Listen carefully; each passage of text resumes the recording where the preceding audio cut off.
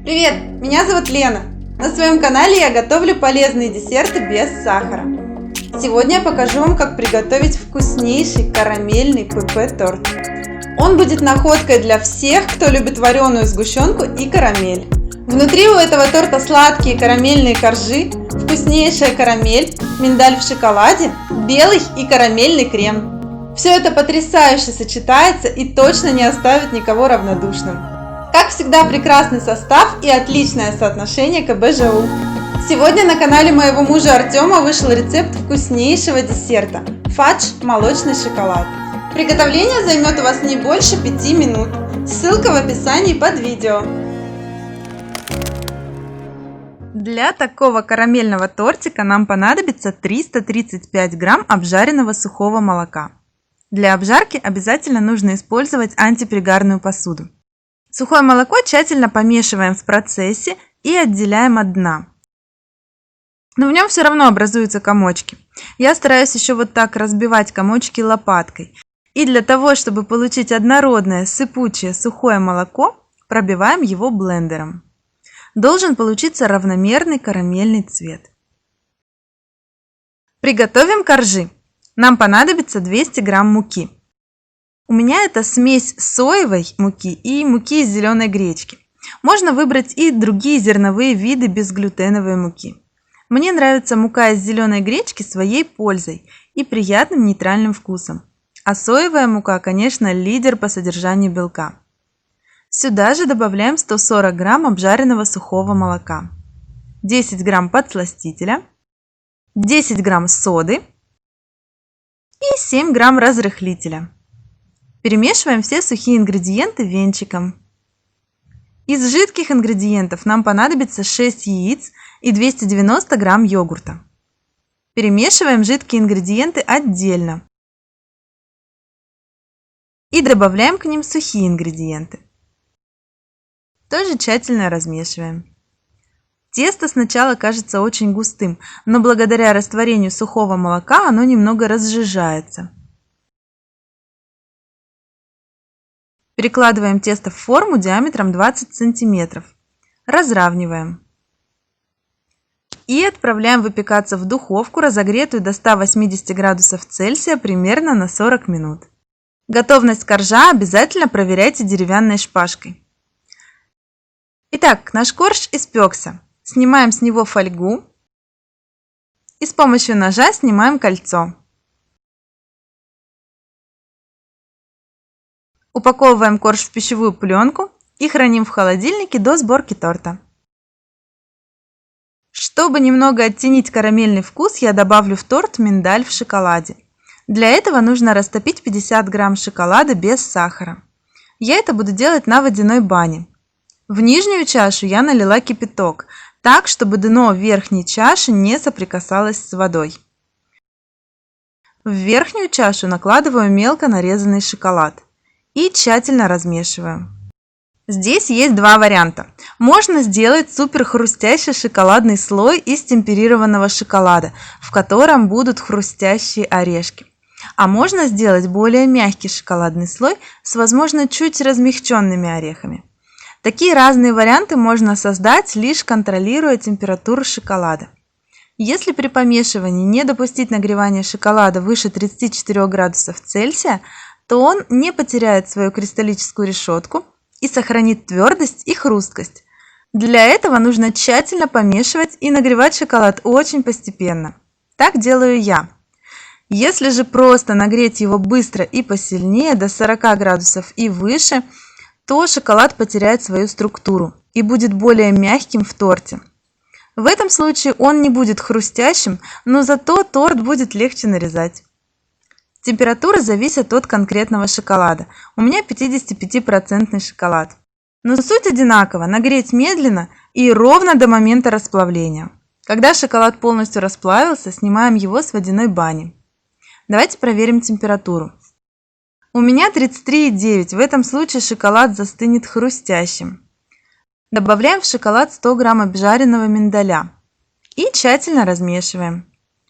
Все орешки должны быть хорошо покрыты шоколадом. Выкладываем миндаль в шоколаде на силиконовый коврик или любую другую поверхность, от которой будет легко отделить шоколад. Формируем два круга примерно по 16 сантиметров.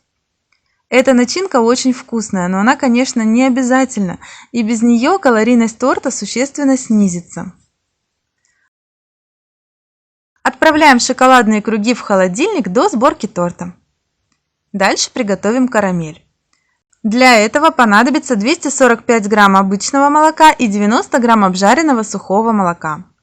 Часть жидкого молока соединяем в блендере с сухим молоком, а остальное отправляем на плиту. В блендер также добавляем 19 грамм крахмала и тщательно перемешиваем в однородную массу. Тем временем молоко разогрелось.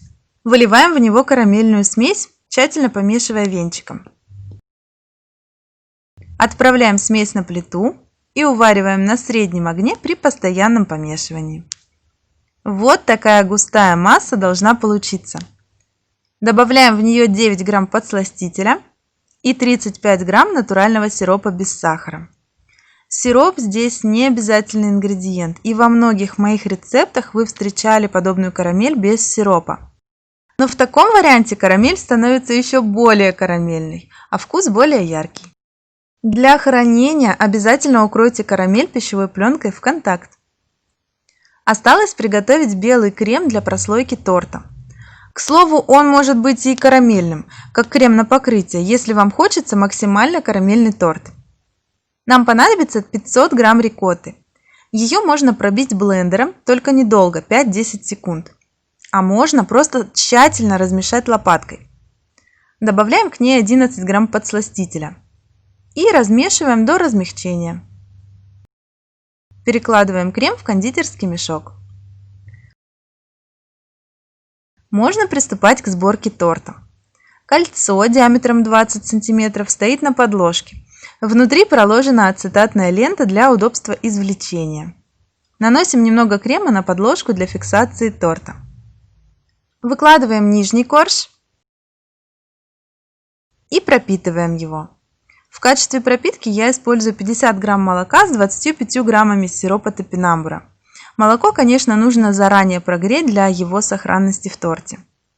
Эти коржи не сухие и не требуют много пропитки. 25 грамм на один такой корж уже вполне достаточно. Выкладываем половину карамели. Это около 180 грамм на слой. И распределяем лопаткой.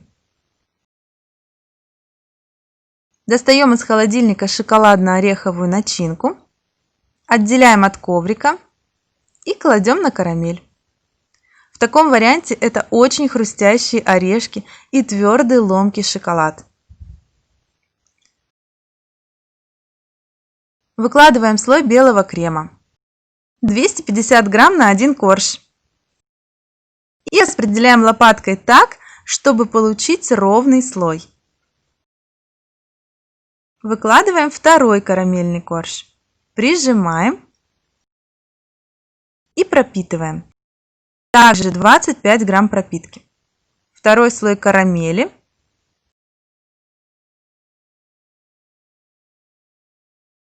Орехи в шоколаде. Прижимаем. Белый крем. Выравниваем. Третий корж. Прижимаем и пропитываем.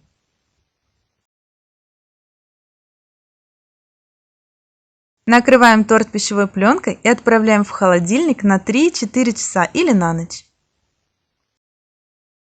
Для крема на покрытие нам понадобится 800 грамм рикотты. С рикотты обязательно нужно слить лишнюю жидкость. Рикотта бывает разная. Иногда ее для гладкости достаточно размешать лопаткой. Но в последнее время мне все чаще попадается продукт, который для гладкости обязательно нужно пробить блендером. Это видно даже так на белом креме. Давайте добавим остальные ингредиенты. 22 грамма подсластителя и 105 грамм обжаренного сухого молока. Сколько я не перемешиваю, масса все равно не становится однородной. В ней присутствуют непромешанные белые крупинки. В таком случае, конечно, воспользуемся блендером. Только не переусердствуйте, чтобы излишне не разжижить рикотту. Вот такой гладкий карамельный крем получается. Очень простой, очень вкусный и сладкий. Его же можно использовать и внутрь торта. Перекладываем 480 грамм крема в кондитерский мешок. Эта часть пойдет на покрытие торта. А оставшаяся часть крема понадобится для розочек на торте. Их будем формировать с помощью насадки. Перекладываем вторую часть крема в мешок с насадкой. Наш торт настоялся. Вот такой он ровный выходит из кольца. Покрываем его кремом, двигаясь снизу вверх по спирали.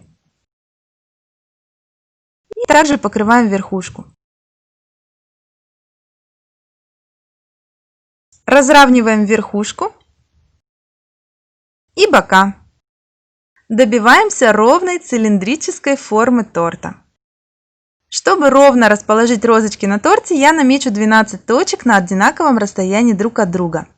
Между ними будут располагаться розочки. И отсаживаю их. По весу каждая примерно по 30-35 грамм. Имейте в виду, торт с таким кремом и таким декором обязательно нужно хранить в коробке в холодильнике, так как иначе он имеет свойство заветриваться. Все готово. Пожалуй, я оставлю этот тортик без дополнительного декора. Получилась такая карамельная нежность.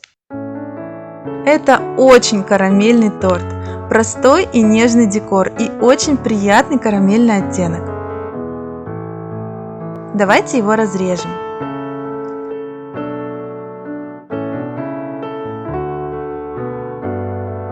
Орехи в шоколаде разрезать не очень легко, но острый нож справится.